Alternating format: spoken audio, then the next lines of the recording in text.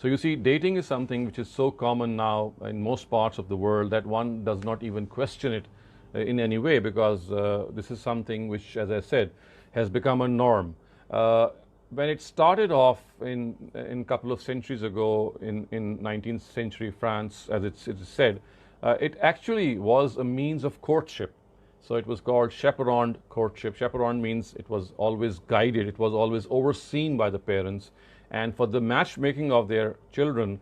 So in their presence, they would meet, girls would meet boys, or boys would meet girls, which would be their prospective husbands or wives. And this was one way of finding out if they would be compatible to each other and they would like to marry each other later on. So it started off in a very protected environment in which chaperons, as you know, are people who basically oversee. They could be parents, they could be guardians, and they would like, in their own presence, if the boy and the girl, they think they could carry on maybe further and get married. So it started off from a controlled sort of a thing, and slowly, as you can see, and gradually, in the last last century, I would say, and in the last maybe 30 years, is an entirely new thing has been given, or an entirely new meaning to dating has been given, and it actually involves that you have premarital, extramarital relations with the person in question. And of course, this is perfectly something which is allowed. Allowed in the Western society, is something permissible. People have children before they get married later, and this is something which goes on. And the purpose is that before you get married, you must get to know the person that you intend to get married, because if you don't, then of course what will happen is that your marriages might tend to break. So this is the rationale behind the concept of dating, which has evolved in our societies, in many societies, and I would say it is now finding its roots in many Muslim societies as well. So you see, if I say what's wrong with dating, and I redefined it in a way in which maybe some of the evil aspects or the bad aspects are eliminated, I would say there's nothing wrong if it is done in a controlled environment, if you are able to meet your prospective spouse, maybe in the presence of your elders, maybe in the presence of some other people. And of course, the purpose is not pure friendship, as has become the norm. It's like a pure friendship in which you choose, in which you have all sorts of commitments made, and you do all sorts of things, and maybe you even change partners, and then you start off a new life with someone else. So it's like a temporary relationship that might materialize into marriage, or it might not. So what happens is that when you start having these temporary relationships, it becomes something of an addiction, or it can potentially become an addiction. And as I think I have explained this in some of our earlier sessions as well, that this is something which can be really bad for our ultimate married life. Ultimately, when you get married and you have a wife, and the wife has a husband, if the proclivity still is there, if the tendency is still there that you would like to have friendship with women or with girls and girls with boys and vice versa, even after marriage, this proclivity seldom goes away, because there is such a strong attraction between girls and boys and men and women that once you start allowing it, or once you start going through it, it's going to take its roots and it's going to increase day by day. So one of the primary reasons what divine religions do is they try to protect the institution of the family. The institution of the family is something which needs protection, because for the well-being of the child that is going to brought into the world by the two, it is essential that this family institution is not dented. And when a boy or a girl, or a man or a woman, has this tendency of making friends outside marriage, there is always this danger that the institution of the family would get disrupted. So this is why it is not recommended that dating for the purpose of just being friends, or for the purpose of maybe a temporary friendship or temporary pleasure friendship, is recommended. If it is of the sort that maybe you're just making friends with a boy or a girl, and again the word friend, I would qualify that the purpose is that by getting to know each other, you just want to have a general idea. It could be physical, it could be face to face, it could be through the internet or other mediums of the other person, that it seems very okay. But if it goes beyond that, and you start doing loose talk, and you do all sorts of things, you crack jokes, and you make yourselves very frank to the other person. So it is here that things can get out of bound.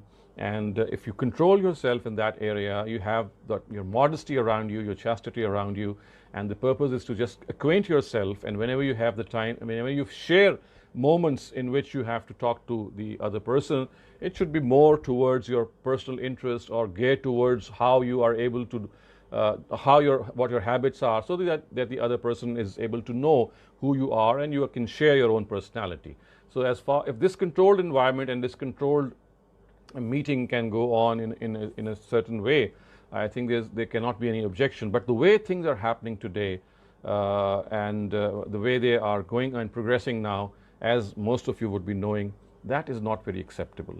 So it has to be changed. And the one thing also I'd like to add here is that, you see, one of the things that that makes boys and girls meet each other for the sake of matchmaking is that they would like to find out who or she is in detail. But always remember, you see, when you are exposed to a boy or a girl in a limited span of time, when you're maybe meeting her and she's meeting him, always the good points come out. I mean, the bad habits, they don't get exposed. So what happens is that when you get married, you discover a new person, an absolutely new person. I mean, you knew that person before marriage, and that person was a charming person, was an attractive person, was a decent person, and suddenly when you get married, you find the same person having some other things which you never liked or would never like. Because, you see, premarital exposure does not bring to the focus those bad habits. As small bad habits, I mean, they could be worth ignoring. And but you see, what happens is that things, when they actually, when you start living 24/7 in one roof, you get a total exposure of your personality, and it is here that at times things don't work out. So remember, this is always a gamble. It is no guarantee that if you know your future spouse's personality, that he or she would be true to that personality, or always turn out what he or she looked like before marriage. Because once marriage takes place, the actual personality of a person manifests itself, and in many ways it is very different from what you had or one of you had seen before marriage. So don't think that dating is an absolute and it's something which can always offer you the best regarding the other person, and therefore you can make a choice. But as I said, if you have to make the choice, make it in a general way, but always think that this is not a sure shot way, because when these things happen, a lot of different things also come to surface. But cutting the long story short, I would say yes, if this is done in a way that the purpose is not just temporary pleasure relationships, or not just temporary relationships which can lead to these pleasure seeking relationships, and the purpose is just to get to know each other before marriage. And then, of course, if you feel, as I said, I think some sessions ago, that if you feel those emotions regarding the other person, I mean, if you fall in love, as you can say, and both of these prospective husband and wife, before they get married, they have this love for each other, then of course something else should be invoked, and that is that people like your family should be informed, and you should perhaps take the lead in informing them and tell them that this is how I feel about someone, and I'd like to maybe get married. And if that marriage is not possible at that time, then even a nikah, of course, that is something which can be formalized if that is possible. But you see, what makes it a sacred relationship is that it is not a secret one.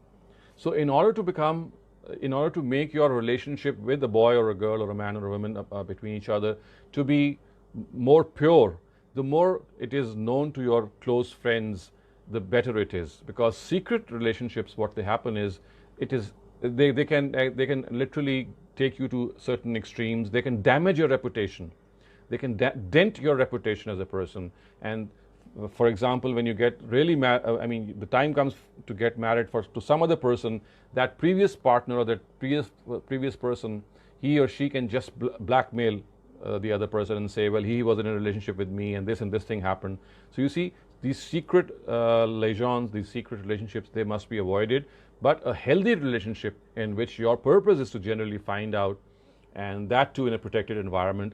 So I would say that is the right way. And in fact, our Prophet Muhammad ﷺ in fact recommended girls and boys to meet each other before getting married, so that after marriage they are not surprised to see something that they never had imagined before.